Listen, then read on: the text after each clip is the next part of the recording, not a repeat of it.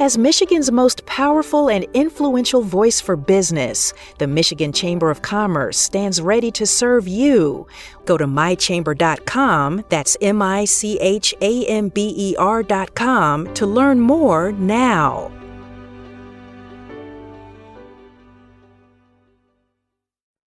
Hey listeners, happy Friday. The On the Line team is currently on a brief break while we cook up some great stories for you. So this week we're sharing a segment from one of our other podcasts, Free Press Sports with Carlos and Shawn.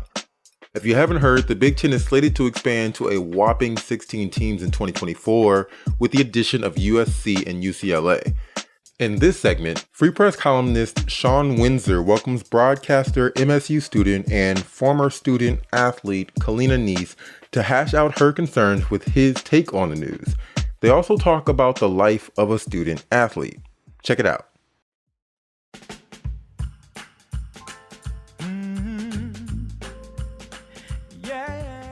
Hey folks, welcome to Free Press Sports with Carlos and Shawn. Andrew, well, first of all, we're going to hear from Andrew Hammond today, which is a shock, and I think a treat, and I think it's something you guys will enjoy. But Andrew, we don't have Carlos today.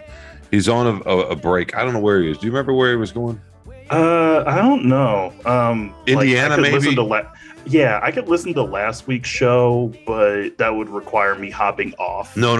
Don't do that. Don't do that. No. He was going to Indiana, and if I'm not mistaken, he was going back up to Mackinac.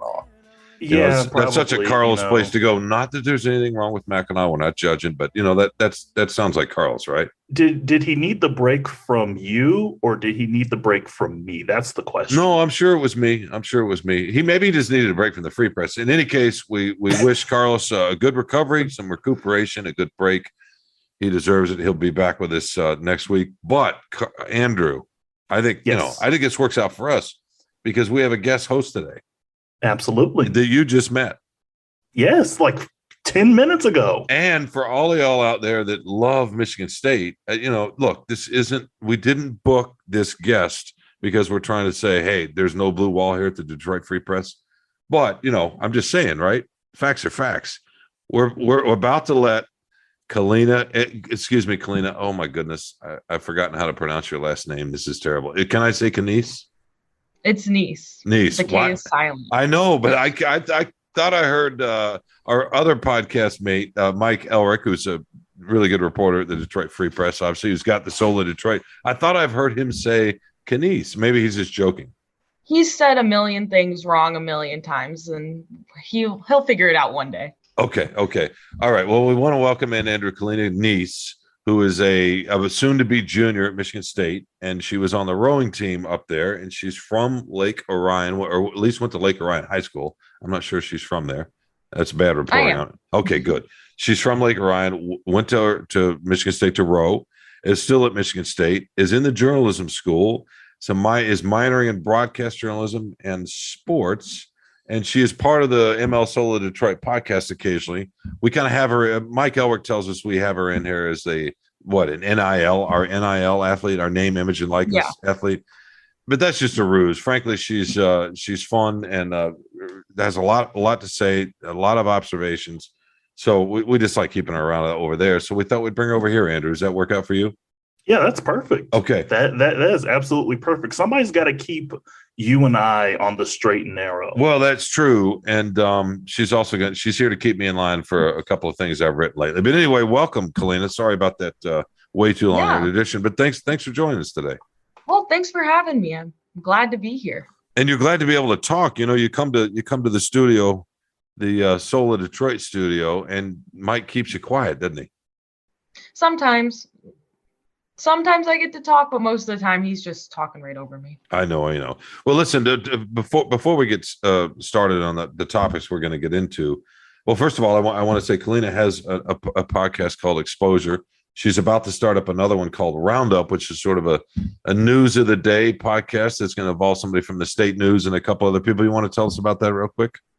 Yeah, so Roundup is a roundtable type news discussion. I'll have people from City Pulse, State News, Focal Point, which are all other student-run news associations, and they'll come into Impact 89 FM, the radio station I work for, and we'll all just talk about a different topic that we're writing about, researching, just something new in the news each week. And it's a lot of fun, and I'm excited to get started with it. The kid who ran the podcast before me just graduated, and he did a great job with it. And now me moving into a different position, I'm excited to get to do something new and kind of put my own little spin on it. So it'll be a lot of fun. Do you like to write also? I'm not sure if we've ever actually talked about that. I prefer broadcasting over writing, but I do some writing. Right now I have a couple articles for Impact 89 FM and then a couple for Spartan Newsroom, but I'd much rather do broadcasting than like print writing. So you want to sit and opine into a microphone like Andrew? Yeah, pretty much. Wow. Okay. That's the first shot. Okay. Oh, no. Or like Carlos. I think Carlos would be happy if he didn't have to write at all, right? If he could just, if he's driving around and he thinks of somebody he wants to get into or troll or rip, he just records it real quickly and sends it off. And we publish it as an audio file. You have to write it all.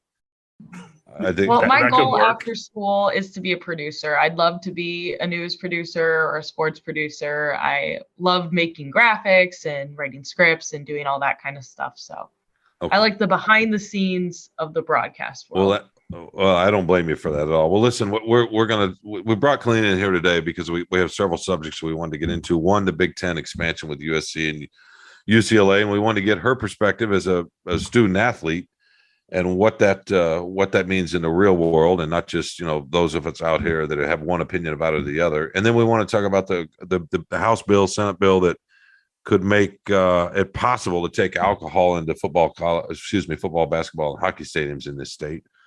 Why only those three? I mean, why can't we go to a rowing event and drink? By the way, right? Because it's in a park somewhere in the middle of nowhere. No one. Well, that makes it great. Whatever you want into that. Okay, so yeah, all right, we're going to talk about that, and then we may have time to get into this idea of the Michigan State rivalry in terms of coverage in this state. Kaleena probably has some thoughts on the Great Blue Wall, but before we get into that, real quick, I just wanted to get a little bit more of your background about how you got into rowing and what's it like to row at the collegiate level, and did you like being a student athlete? Well, I've always been an athlete. Since I was 2 years old, I've been doing sports. This past year was the first year in over 18 years that I haven't been doing like a team athletics. So I was just always doing sports as a kid. And by time I always did volleyball in high school, by time I was about a junior, I kind of realized I'm not going to go anywhere with volleyball. I was too short, just never could make it as a collegiate volleyball athlete. So I was just kind of moving on from the idea of being an athlete in college when actually one of the coaches at the University of Wisconsin reached out to me and said, "Hey, we saw your recruiters page. I know you haven't rowed before, but come and try." So in between my junior and senior year of high school, I just went out to Wisconsin for a week. I was like, all right, we'll try this. And they taught me how to row. And it was with a bunch of other girls from all over the country. And I was like, oh, this is kind of fun. So at the end of the week, I went up to their head coach and I said, "Hey, I kind of want to continue doing this. Is there any clubs around me, like in the Metro Detroit area?" She looked me dead in the eye and said, "Don't worry about that. You can walk onto any Division I team as is." And that was after I was just rowing for a week. So after that, I just kept rowing on the rowing machines, kept up with it, was reaching out to coaches, and that's when I got my offer from Michigan State. So I was just kind of just staying in shape and doing stuff. Then 2020 hit. So that was a lot of fun and trying to figure out how to continue rowing when there were no sports, there was nothing going on. But overall, I would say my experience as like a student athlete was really fun. It's really cool, especially when I went in 2020 when it was only student athletes on campus. So we really got to build our little community of a lot of friends who are athletes. And it was a lot different than I was expecting my freshman year of college to be, but I was so excited that I got to, meet people and row on the Big Ten's one of the most competitive conferences for rowing, that and the Ivy League. So I'm sure Andrew knew that, right, Andrew? Kinda. I have some friends who rowed in the Pac-12, so I kind of got a sense of how rowing culture is. So Yeah, basically anything that has anything that's close to a body of water. I'm assuming there's a big rowing community there. So you were a natural, The East Kaleena, Coast is kind of like huge. Steph Curry picking up a basketball. I mean, it was just one of those things where rowing is not a hard sport to learn. You just have to be athletic. And I just happened to be the right build, like everything just lined up for me. And it was never something I thought I was going to do. It was So like a just, oh, jockey, right? Yeah. It's You just happen to be built for it. Mm-hmm. Or a Got broad 7-footer. shoulders, nice and tall, nice and long. That's all you need. So a 7-footer. It's funny because I was out in Vegas last week for NBA summer ball, and part of the experience of summer ball is that it's not just the players that are on the court in the arena, the concourses. It's kind of an NBA sort of reunion from retired players and even current players who aren't going to play summer ball because they're not rookies and guys trying to find a spot in the league. So they're basketball players everywhere in the concourse, everywhere you look. 6'6", 6'7", all, and then on up. And it's really kind of interesting to walk around and see all that height in one place. And one thing that really strikes me, and I've been there a couple of times now, is that a lot of the guys that are 6'10", 6'9", or 6'9", 6'11" taller, they don't carry themselves with the same kind of joy. And that's not to say that they don't love playing basketball, but you get the sense, Kaleena, a lot of people that are just tall, we're just thrown into it because they're tall, right? Mm-hmm. Not because they love basketball. So I wonder if that's you and you rowing, right? I mean, a little bit. Like, I was always a volleyball player, but 5'7" is not tall enough to be a volleyball player. And so that's why rowing was like, well, as long as you're strong and you have long legs, it doesn't matter. Right. No, that makes sense. So you rowed for about a year at state, and then what happened? I ended up getting injured, and we have standards every year. And if you don't make your standards, then you can't continue for the rest of the year. And the coaches knew I was injured, and they told me I could take time to recover, and I have a standing opening to come back at any time. But I did my time. I got my varsity letter. I did what I needed to do at state. I think I'm going to just take a break and learn how to be a non-athlete for the first time in my life. And focus on studies.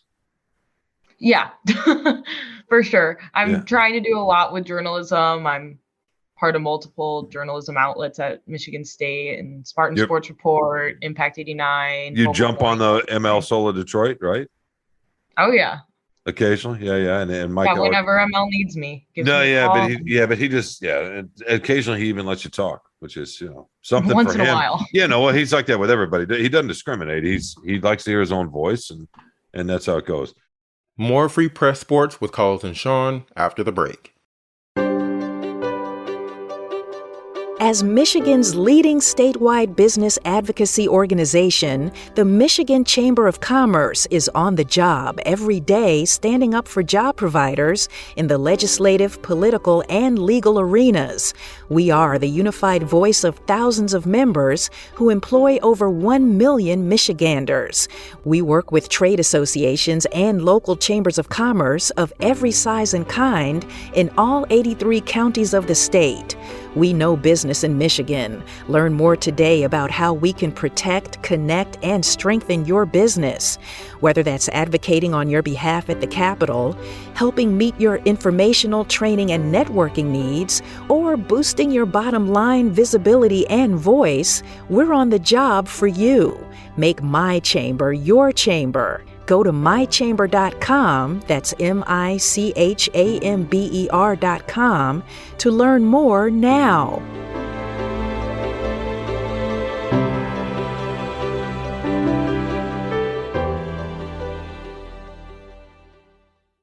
All right, look, let's get into the real reason you're on the podcast today. I mean, of course we wanted to have you, but you told me when we were in the studio the other day for the Soul of Detroit that you'd read a column that I'd written about the Big Ten but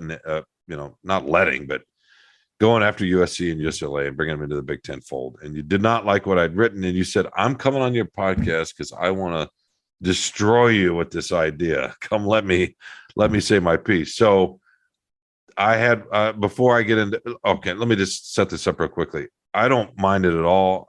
To me, I'll just summarize the column real quickly. To me, it's not that I'm judging it, I'm making a moral judgment or saying it's good or bad one way or the other. I just feel like the college sports have been a business, college football and basketball in particular, have been a business for a long, long time. We've tried to pretend otherwise. And when moves like this are made, it gets it more and more out in the open of what it really is, which is a form of entertainment for the millions and millions of people out there. And I'm not saying the experience for the student athletes, but that was kind of the point of my column. You have a very different idea, so have at it. Well, I've always been a person. I mean, you kind of mentioned this last week, but it was saying that I like to travel to sports. I like to go to Ohio for the weekend, drive down with my friends, stuff like that. How am I going to do that if we're playing in California? How are parents of the athletes going to do that if they're playing in California? What am I going to do? I've always known the Big Ten to be Midwest, East Coast, and just like this part of the country. And we've always been in these like Power 5 divisions.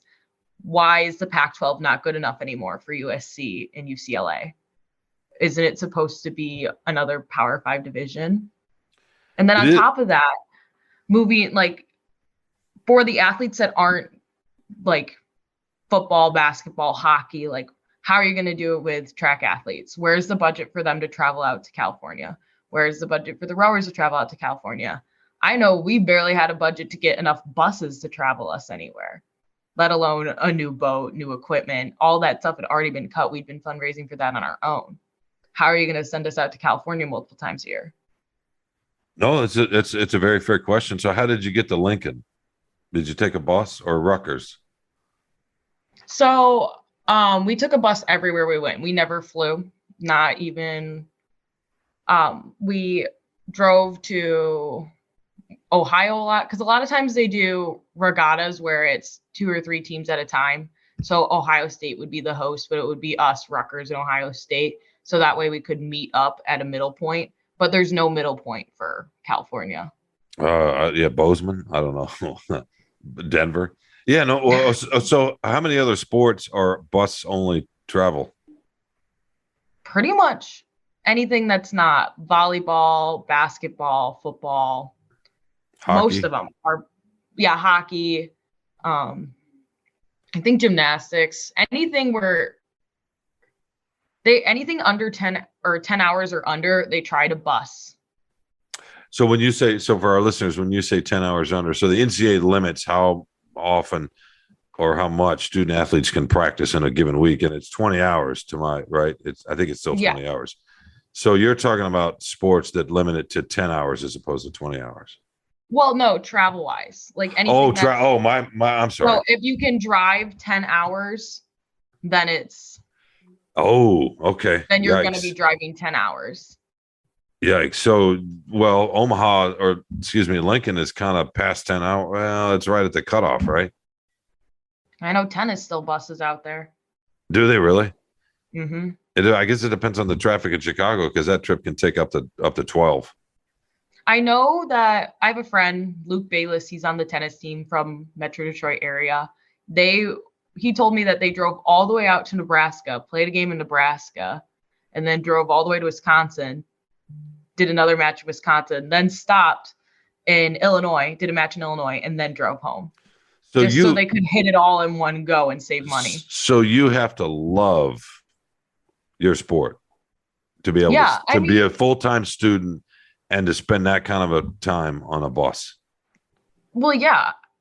Every weekend I was spending 10 hours on a bus there and back when I'd go to Bloomington. I was constantly in Indiana doing stuff, and it would be 10 hours or 5 hours down, 5 hours back every weekend. And you'd leave Friday and then you'd come back Sunday and you'd got to go to classes the next day. That's just how it is. So the scenario I would imagine would be that you're not going to compete against UCLA and USC in some of these sports. If it's the bus, if you got the 10-hour bus rule. Our budgets are just going to get cut. Like the budgets for all the smaller sports teams just, all right, well, you're not going to get gear this year. You're not going to get as much coaching. Like they're going to let coaches go something because we have to play those conferences. But what do you think about that? I mean, I'm curious what you think about the right to some of these sports to exist because as we all know, football and basketball unfortunately drive the money train a lot. But I'm curious what your perspective is. Well, it's all about equal opportunity. I would have never gotten my scholarship. I would have never gone to Michigan State if it wasn't for rowing. And I love Michigan State. It's my home. I wouldn't want to go to any other school. And I think about all those people, like there were girls on our team from Austria, Australia, New Zealand, the UK, like from all over the world who came to Michigan State because of sports. And sure, it's not the sport that everyone watches, but it's giving people an opportunity to experience something new and bringing more people into the university. So yes, it might not be making a lot of money, but it's still making the university money by having more students from all over the world. You can charge students from out of the country way more than you can students who live in state. So they're not getting scholarship monies then if they're coming? Well, some of them are, a lot of them do, but it's still, you're getting your voice out there to people in other countries. Like I have a friend who's on the field hockey team from the Netherlands. How many people from the Netherlands know about Michigan State? No, it's a good now question. All these people in the Netherlands are watching Michigan State field hockey because Kimmy is on the field hockey team now. Well, that's a good point. But speaking of the Netherlands, let me sort of offer up a counterpoint. My neighbors, one of my neighbors, are from Amsterdam, and I'm trying to, maybe you and I maybe talked about this recently. I can't remember. Forgive me, but they are big soccer fans, cycling fans, as you would imagine. What they find very curious and do not understand about the way we structure our society in terms of sports as universities is that they're attached to each other, right? Like if you want to row or play tennis or whatever in the Netherlands and you're 18, you go do it at a club. You still go and you want to go to university, as they would say over there. You go, but then you find a club to do that at, and it's not attached to the university. They separate it out, and they just are very confused by our model, and maybe because of some of the issues you're talking about right now. I think a big part of like doing it for a university is being part of something bigger. Just like going and playing sports at the Olympics is about being part of something bigger. Like, sure, you can play volleyball at a club all day long, but playing for your school means a lot more to you. No, it does, and I understand that point. The problem is, you're right, the funding, and I would make, and I've thought about this a lot over the last several years as money's become more and more part of the discussion, which I think is good because it's always been about money on some level, at least with the football and basketball. But I wonder, you're talking about scholarships and bringing other people. I mean, what if sports is one way to bring people in, but there are a lot of other ways to bring people to universities that maybe not be able to afford it with scholarship monies in general. I mean, they're big, tough questions, right? That as a society, we need to kind of figure out what we're trying to do as universities. And I'm not being critical of rowing or anything. I think you're absolutely right. It's great to be part of something larger. Very few things other than sports can teach you that in a way, right? The teamwork, it's not just football, it's any kind of team. No, and I agree. Like I always wanted to be an athlete from the moment I was like 2 years old. I remember going to Michigan State football game, pointing down at the field and saying, Mom, I want to be like them. And then once I got to do that, it was just like one of those like full circle moments. Like I remember sitting at the start line of my first ever race and just hearing Michigan State being called and realizing, oh, that's me. It's not just the team I cheer for anymore. It's like a very different experience than just going to Michigan State. Because now I've experienced being a student athlete and just a regular student. And being a student athlete definitely has some perks that aren't very like obvious. It's just a really cool way to know you're a part of supporting a big school and putting your name out there forever. Like if you Google my name, the first thing to come up is my rowing stats. That's pretty cool.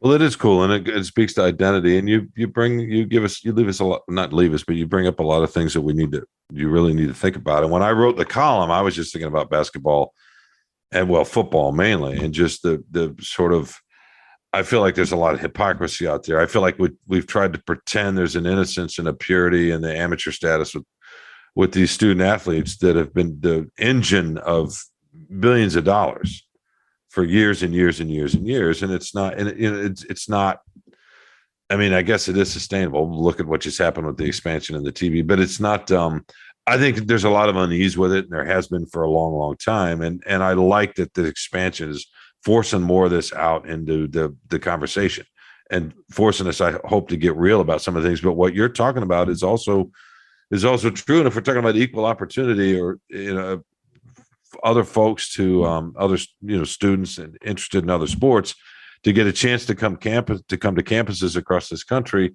and do exactly what you're saying, then maybe we need to rethink football and basketball in terms of, I mean, I don't know, maybe the locker rooms in basketball or football shouldn't be quite what they are. Maybe there should be a little bit more of a Spartan level, no pun intended, existence.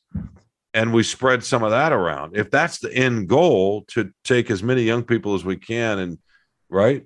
And then maybe, I don't know, then maybe the football and basketball people that are so good that can go straight, maybe they need to go to the G League. Maybe the NFL needs to figure something out for the people that are NFL level players, and not put it on the universities to figure out for student athletes like you.